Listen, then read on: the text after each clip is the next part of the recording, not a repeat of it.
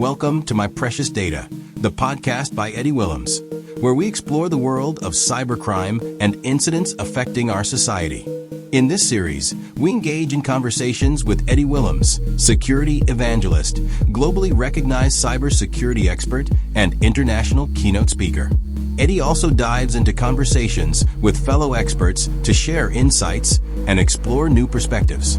Together, we highlight the latest security trends and discuss preventive measures to help avoid these kinds of problems. Good morning, good evening, good night, or whenever you're listening, and welcome back to My Precious Data. My guest today needs little introduction in the cybersecurity world. He's a globally respected cybersecurity expert, a well-known TED speaker, author, and public voice of our industry. I've known him for decades.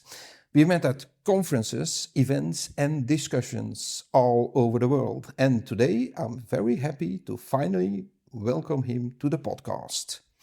Mikko Hyppönen, welcome to My Precious Data. Thank you, Eddy. Thank you for having me. So, where are we here today, because it's a little bit weird scene, isn't it? Yes, there might be a little bit of noise in the background. We're recording this at the Cybernova conference, Cybernova 2026 in Antwerp, Belgium. Exactly. Yeah. So, we crossed paths many times over the years, conferences, panels, events. Do you still remember when we met first? It's gotta be a conference. I'm guessing an early virus bulletin could be. I think so. Yeah. The first one I went to was 1993 Amsterdam. No, I didn't do that one, but I think it was 95 or 96 or something. Somewhere like that. there. Did you go to the early iCar conference? Yes, of course. Yeah, maybe that iCar could be also one of or them. maybe Virus Bulletin. Yeah, So. I think it's 96 somewhere. But anyway. And I do remember 93 was the first international conference I attended. Also my first business trip in my life. And of course, after that, I did hundreds, maybe thousands of business trips. So of course, it has a sweet spot in my memory. And I remember after Virus Bulletin conference in Amsterdam, 1993, then next year, 1994, in Jersey Island. That's the first one where I spoke at. Yeah, wow. Okay, back then, cybersecurity was still a niche topic, in my opinion. So did you already feel it would become as important as it is today? No, nobody did. It was a small problem at the time, and of course there were different aspects to computer security already back then in the early 1990s, but the burning problem was with viruses. And viruses were a real problem, but I guess we all thought that we could solve the problem somehow. I remember thinking and discussing that, this is an important thing, but surely, Microsoft is going to fix this. They're going to, come up with a new version of MS-DOS or new version of Windows, which is somehow going to fix, and this whole market for security products will go away. And we had seen this happen with other products. At some stage in history, Windows faxing software like WinFax used to be the number one selling software in the world because everybody needed to send faxes at the time, and then if you could do it from Windows without printing anything, it was great. And then Microsoft released Windows for Workgroups, which had it built in, and that whole market disappeared overnight. And we were certain that that's going to happen with cybersecurity or with antivirus or anti-malware or EDR. Yeah. And now we are in 2026 and it still hasn't happened. Like Exactly. Microsoft has become a player in this field, but they didn't make the problem disappear. No, indeed. So let's have a look to those early ages. So which early incident or malware outbreak had the biggest impact on how you think about security today? It's got to be Love Letter. I started doing reverse engineering and analyzing viruses in 1991, 1992. After the first decade, I was pretty good in figuring out how malware works, but they were getting faster and faster in spreading because this internet thing happened and everybody had access to emails suddenly. And then in May 2000, We get this sample early on in the morning, right after 9 o'clock in the morning, about this new piece of malware which is sending these emails which claim to be love letters. And of course, you're receiving it from someone you know. So it's your neighbor or work colleague sending you a love letter. And if you click on it, you're going to send the same email as you to everybody in your address book. And it spread like wildfire. And I remember this case so well because when I was at the time working for F-Secure, and we were the first company in the world which got this sample, which became still the largest email worm outbreak in history, infecting hundreds of millions of systems. Yes. So it really changed how we looked at this, because it opened our eyes on how big an outbreak could become. Yeah, I completely agree with you, actually, because actually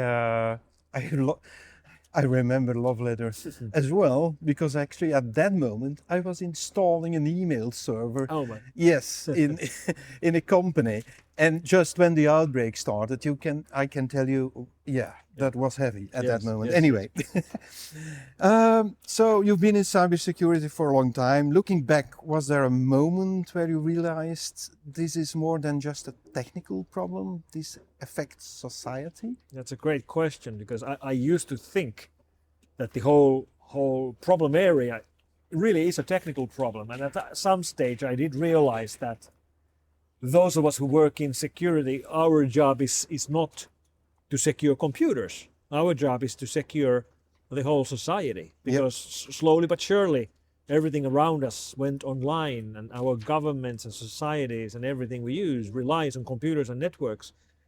And the key moment for me was in August 2003 when the blaster worm hit. Oh yeah. Because blaster was such a fast spreading worm, because it wasn't using email, it was using direct network connections. We were speaking about network worms.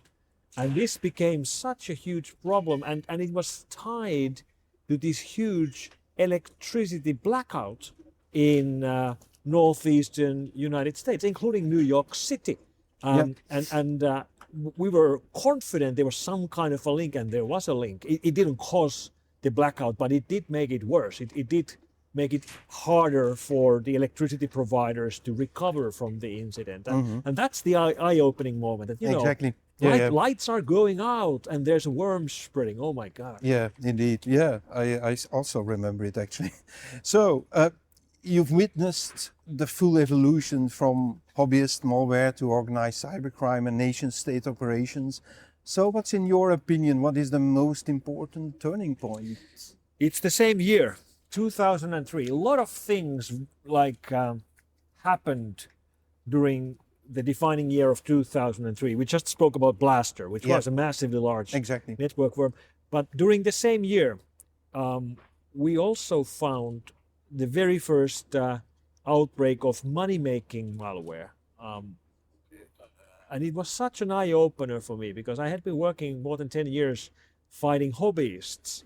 And then during the summer of 2003, we find this piece of malware which would install a SOX proxy on every infected Windows computer, which means the attackers can now redirect traffic through the infected machines. And I was looking at it, wondering, I wonder why they're installing a proxy on every machine. And the best guess I had was that, well, they're later gonna connect to these machines and try to hack companies and hide their tracks by using such an infected machine. But we infected some of our test systems, and we left them infected online to see what happens. 2 days later, they wake up, start to receive massive amounts of port 25 traffic, 25 TCP. So that's SMTP, that's email. And we start looking at all these emails that are being sent through these infected machines, and they were all Viagra spam emails. And that's when it clicked. Oh my God, these guys are infecting thousands of Windows computers so they can sell them to spammers who are using them to send email spam. So money suddenly entered the picture. And it was the same year, maybe 2 months later, that in the same lab at F-Secure, we were looking at a sample we received from Sweden, which we thought was yet another email worm outbreak, but no one else got infected. It was only this one company, a defense contractor, which was hit. And we were looking at the case. How come it isn't spreading? How the hell did you get this? And they share the email, which is a very, very targeted email in Swedish sent by an existing customer with a malicious attachment, so a targeted attack. Yeah. And we tracked down where it came from. It came from China. And we attributed it later to the People's Liberation Army. That was the very first governmental case. So 2003, very first money-making malware outbreak. 2003, very first governmental case. Yeah. And also 2003, the year of Blaster, which took out power or partly caused that as well. Important year. Yeah. Yeah. Do you think today's threats are as more dangerous or just more visible? They are more dangerous, and these things are becoming more dangerous the more time passes, because when technology becomes good enough, eventually we can't live without it. It becomes mandatory, and this is slowly but surely happening with connectivity and internet itself and many of the services we use.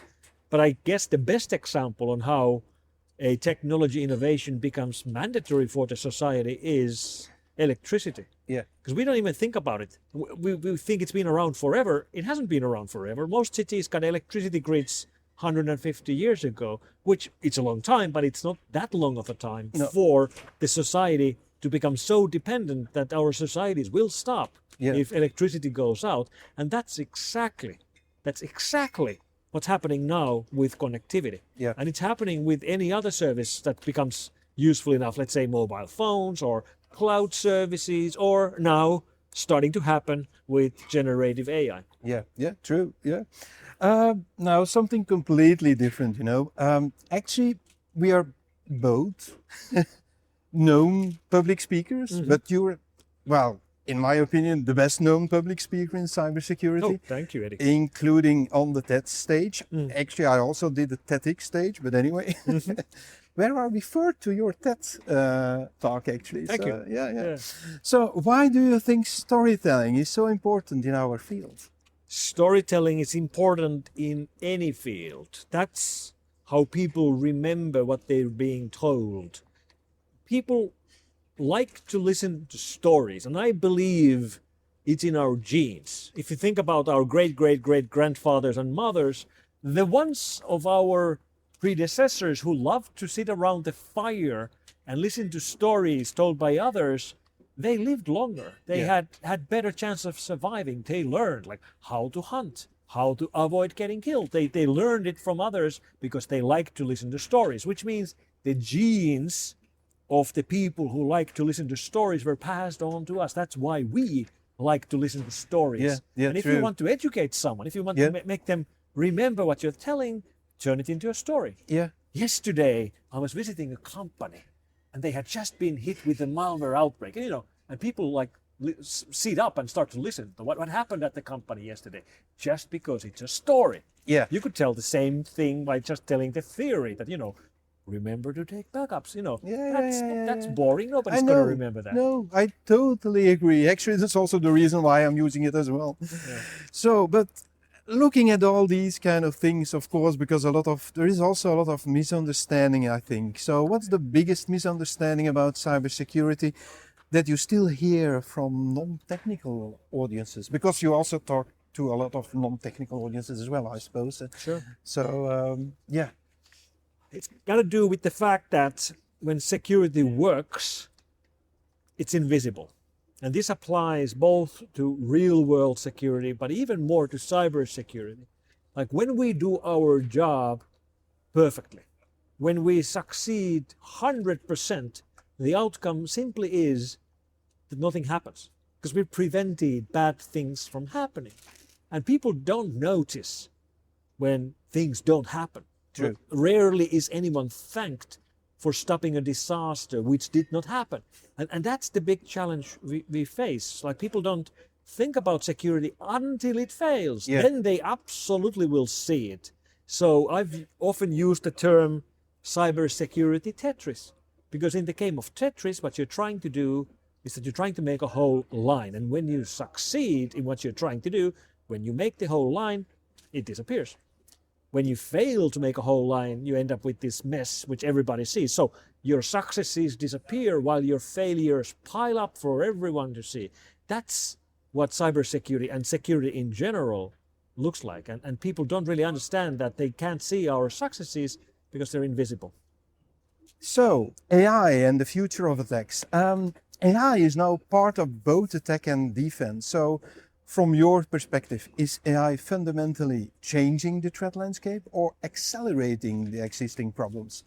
Well, I think AI or generative AI is fundamentally changing everything, not just defense and offense, or not just cybersecurity, but everything else as well. I do believe it is the biggest single technological revolution in our time.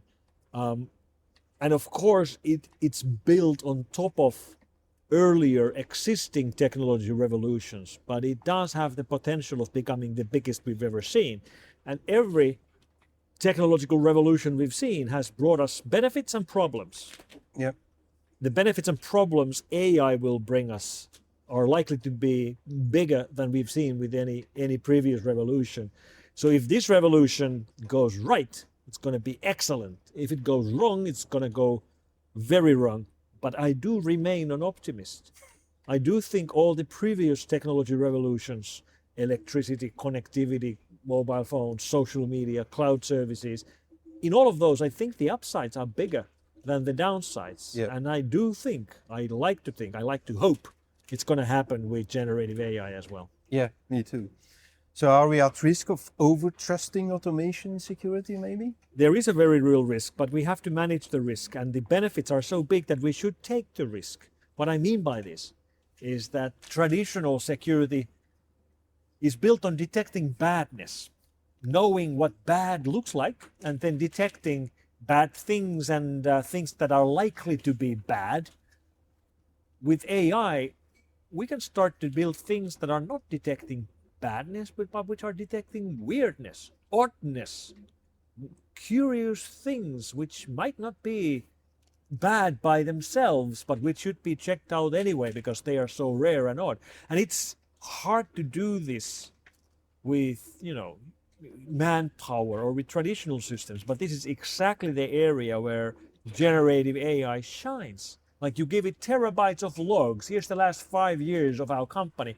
Read through everything, figure out what normal looks like, and then start looking in real time about what's happening right now and tell me every time you see something weird. Yeah. And that's so powerful because it's very hard for the attackers to avoid being weird. Yeah. They can fairly easily avoid being something which is known to be bad. Simply create something new which is bad, which has never been seen before, and you will avoid many of the current detections. But it's still going to be weird. It's still going to be rare. It's still going to be something that should be checked out. And that's where the upside is. And that's why I remain an optimist. Yeah, good. Now, you've recently moved into the anti-drone industry, which is fascinating, actually. What similarities do you see between cybersecurity and the drone defense kind of thing? I did spend 34 years working in cybersecurity, all of which I spent at the same company. I joined Data Fellows in 1991, which then renamed itself to F-Secure and later to WithSecure. And the guy who hired me in 1991, Risto, I walked into his office last summer to resign after 34 years. And the reason why I did that is very simple. There's a war in Europe. There's a war dead center of Europe. I live in Finland. I live 2 hours from the Russian border, and I saw it as a duty for myself to apply the learnings I've gathered over these decades from the cybersecurity world and apply them to drone defense. Because the war in Ukraine and now the war in Iran, they both look completely different from the wars we've seen before. These are new kinds of wars where these swarms of drones completely change the landscape of the war. And the front lines have never looked like what they look like today. And there's a lot of things I've learned how we can apply the learnings from cyber world into drone defense. These are both very technical fields. These are both fields where the enemy is trying to build new attacks which are trying to avoid detection. And when you detect them, they will change behavior. They will try to hide in new ways and new mechanisms. And we have to look for them, collect samples, analyze the samples, build detections, build updates, test the updates, ship the updates to all the customers so everybody detects the new malware or the new drones. Yeah. Now, of course, there's differences as well. We're not looking at binary code or exe files. We're looking at radio traffic sent by the pilot of drones to the drones themselves. But there's lots of similarities, and that's what I'm doing in my work today at Sensofusion. Exactly. Okay. Do you think the security industry underestimated how quickly cyber physical threats would emerge? Yeah, I think so.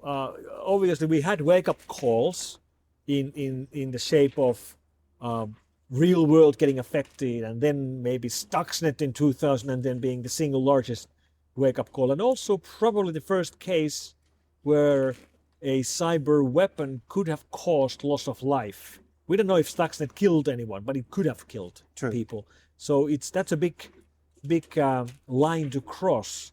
But I don't think we really fully understood how dependent physical things are becoming from the cyber world.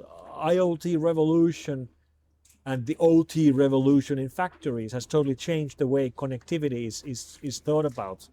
And I guess it's now been 10 years since I uttered the words which later became known as the Hyppönen law, which is that if it's smart, it's vulnerable. Exactly. When we add programmability and connectivity into everyday devices, they become smart, but at the very same time, they also become hackable. And that's a very, very pessimistic law, but it's also true.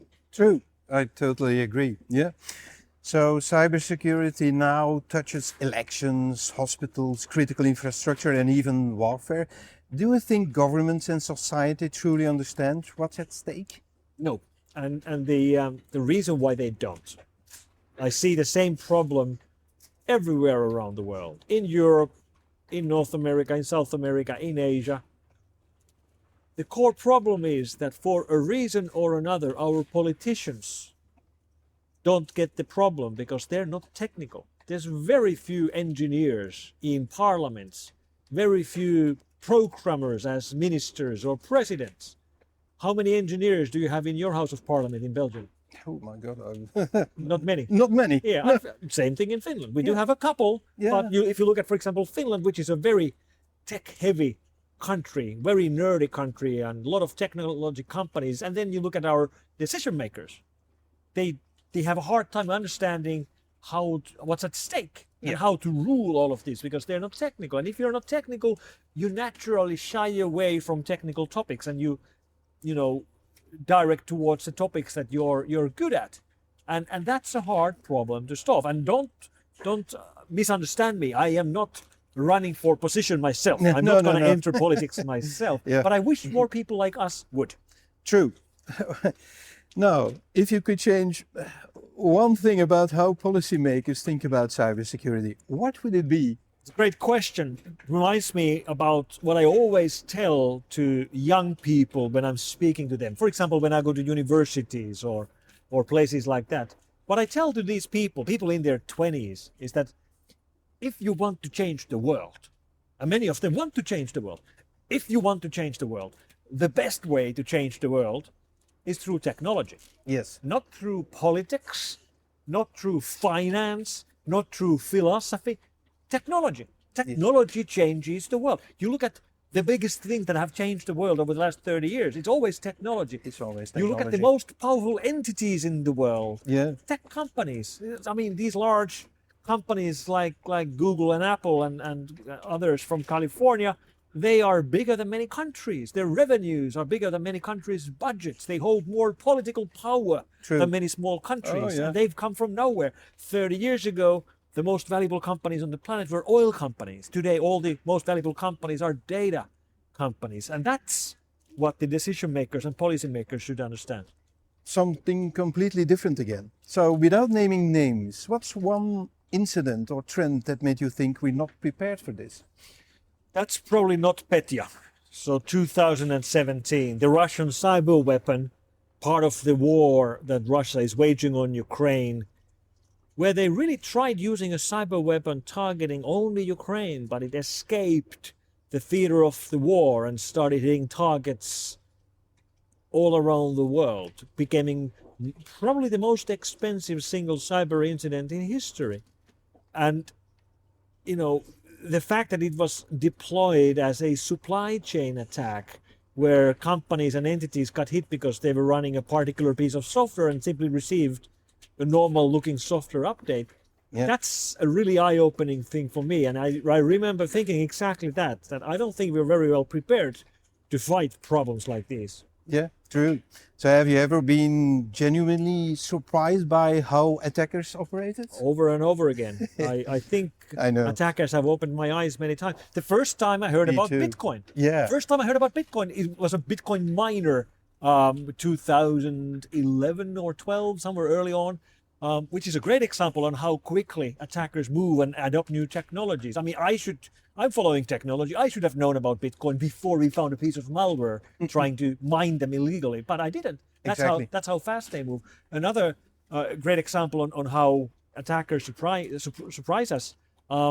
These different attacks where they've been trying to gain access to open source projects, like for example the supply chain attack against the XZ compression algorithm, where nation state actors took months to befriend the main developer and start to take tasks from him to make his life easier and do all these social engineering tricks to gain the trust. And then once you have the keys to the kingdom, you can actually update this program, which is used by millions of users around the world. Oh, yeah. Then you can start deploying attacks in there. That's thinking outside the box. True. Unfortunately, not all the attackers are stupid. Yeah, I know. So, some personal reflection. So after decades in the industry, what still motivates you? Well, I'm not sure I have a good answer for that, because maybe one of the reasons I did the switch from working in the cyber industry to go to work in the drone industry is that I also in some ways felt that I've done everything in cyber world. I've pretty much done everything you can do. I've been and met all the players. I worked in all the important cases. I've done different careers inside cyber. I've seen the whole industry grow from the startup phase to this multi-billion-dollar industry. I've keynoted all the big conferences. I don't think there was much left to do, and I still have, 10 years before I retire. So that was part of my thinking. If I want to do something else than cyber during my lifetime, now's the time to do it. Yeah. And of course, I haven't left cyber completely. I still follow it very closely, and I have a cyber role inside Sensofusion, obviously. True. And I do talks about cyber, but I'm not working for a cybersecurity company, and I will not be working for a cybersecurity company in my life. Okay. So what do you believe now about cybersecurity that you didn't believe 20 or 30 years ago? Well, it felt like it's getting worse and worse. Yeah. And nowadays, I do think we are in better shape in technical terms than ever before. And hear me out, because I know this sounds a bit surprising maybe, because we keep hearing about data breaches and data leaks and outbreaks and ransomware incidents, and it feels like the situation is pretty bad. However, if we just take a step back and look at where we are today and where we were 10 years ago, 15 years ago. 10 years ago, the biggest problem still was that users would surf the web and click on a link with their web browser, and they would get infected by a drive-by download, which would exploit a vulnerability in Java or in Flash inside their browser. We don't have that anymore. No. It's actually very, very safe to surf the web today. Yeah, it used to be the biggest problem, used to be a huge problem. We fixed that. We fixed that by improving browser security and by improving operating system security. And if you look a little bit beyond 10 years, mobile phones and tablets, iPads, iOS, even Androids, much more secure systems than our traditional computers. So we are getting better. We are making things harder to hack. It doesn't always feel like that, but if you look at it from a little bit bigger perspective, that's exactly what's happening. And it does have the flip side, which is that if it's getting harder and harder to exploit the technical vulnerabilities, then the attackers will go through humans. Yeah. That's why we see so many incidents where people are fooled with phishing attacks, or they lose their credentials, or they lose their access tokens, or something like that. Yeah, true. There are a lot of scams. That's the next way to get in, and that's what's happening. Yeah, that's still a problem indeed. So are you optimistic or pessimistic about it a little bit into the future? I choose to be an optimist. Yeah, like me. I want to be an optimist, and I am an optimist. Despite everything I've seen over these decades, I've seen the worst that technology brings us. I still do think that it's getting better, and I haven't always been an optimist. I actually stole this mindset. A couple of years ago, I met this polar explorer, a Norwegian guy. Yeah. Here's a story for you. Okay. You like to listen to stories. Okay. So I met this polar explorer. Okay. And he was in his 80s. Uh-huh. He had been exploring Greenland and North Pole and South Pole for years and years. He had this routine of skiing across Greenland every 2 years. Mm-hmm. And he told me about how Greenland had changed. How in 60s the snow was covering much larger areas, and now every time he goes back, it's covering less and less because of global warming and the climate change. So I asked him about climate change. Like, how do you feel about climate change? And he told me that he's an optimist. He told me he's an optimist about climate change. And I was like, what? How can you be an optimist? You've seen how bad it is. Yeah. You've seen how snow and ice escapes further every year. How can you be an optimist? Yeah. And he told me, well, it's too late to be a pessimist. Yeah. And I loved the mindset. And I said, okay, I'm going to steal that. Yeah, so that's I'm a an good optimist because it's too late to be a pessimist. Yeah, that's a real good one. Yeah, nice. I will remember that one. And you will, because it's a story. Exactly. Yeah. Always the power of the story. Yes. Now, some advice maybe. So for young professionals entering cybersecurity today, what mindset matters more than technical skills? Curiosity. That's what I'm looking for when I'm hiring people for technical roles. Yeah. Curiosity, willingness to learn, wanting the eager to work on hard to solve cases, the eagerness to take on challenges, and the mindset that we just discussed. Technology changes the world. No, I'm looking for people who want to change the world, and I'm looking for people who believe what I believe is that technology is the best way to change the world. Yeah. So if you're curious and if you believe in technology, everything's open for you, and that's what those kind of young people really excite me when they are applying for roles, and I'm always happy to give them opportunities. Okay. Well, nearly coming to the end, but anyway. Oh yes, there is still, of course, the traditional question or questions for me. We call it the $1 million question. Something I'm not really aware of. There could be anything, but anyway. So, do you have any questions for me, Mikko, before going to we have a still rapid fire round, but after that we are closing the podcast. Yes, Eddy, I do have a question for you. So. What's your favorite movie, favorite book, and favorite band? Okay. Favorite movie, it's always tricky, I love, science fiction. Mm-hmm. So I love to watch Star Trek, the series or the movies, everything. Okay. From Star Trek seems to be nice for me. It's difficult to state actually the best movie.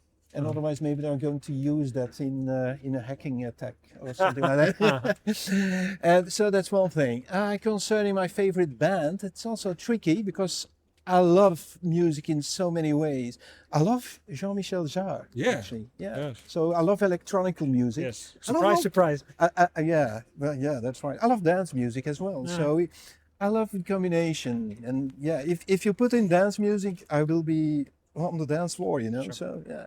So what was it again? The book. The book. But your book is coming close. I love that. Yeah, it's also a difficult one for me. I also wrote books. Yes. You can't name those. Yeah, no, I can't name those. But it's. I think yours is very coming close. It's. I read. I don't read a lot. I read, some specific things. I also read science fiction books. Okay. I'm not going to name anything because it's a little bit too tricky again. But I think also if there is a story in it, I will love it. Yeah. So that's the most important thing. If it's just like non-fiction, it's always tricky. Yeah. For me, it really depends if there are a little bit small or tiny stories inside it. Mm-hmm. If that's the case, yes, I will love it as well. Okay. So that's how I look to it. Okay. Okay. Now, so some rapid fire things. I always like these kind of things because these gives away a little bit of what you think about a lot of things as well. So before we wrap up, a quick rapid fire round. Privacy or security? Which is harder to protect? Privacy, and we lost the fight on privacy already. We don't have privacy anymore, but I refuse to give up on security. I'm still fighting for security. Oh, nice answer. Nation state attacks or cybercrime? What's the bigger long-term risk? Cybercrime, because cybercrime is a very democratic attack. Cybercriminals target everybody. Nation states only target very particular, very specific targets. True, yeah. AI hype or real revolution? AI is real. It's changing the world. And I'm so excited to be alive right now during the defining years where we might become the second most intelligent being on the planet. Okay. Okay, interesting, that one. What could be the first? Okay, Claude. Exactly. Purely digital threats or cyber physical attacks, which pose the greater risk? That's a trick question. They are the same thing. There is no difference between cybersecurity and physical security. Yeah, true. It's just security. Exactly. Yeah. One word that describes the future of security. Innovation. Oh, That's always been the key. Yeah. Always clever people coming up with clever new solutions. It's always saved us. It's going to save us in the future as well. True. Wow.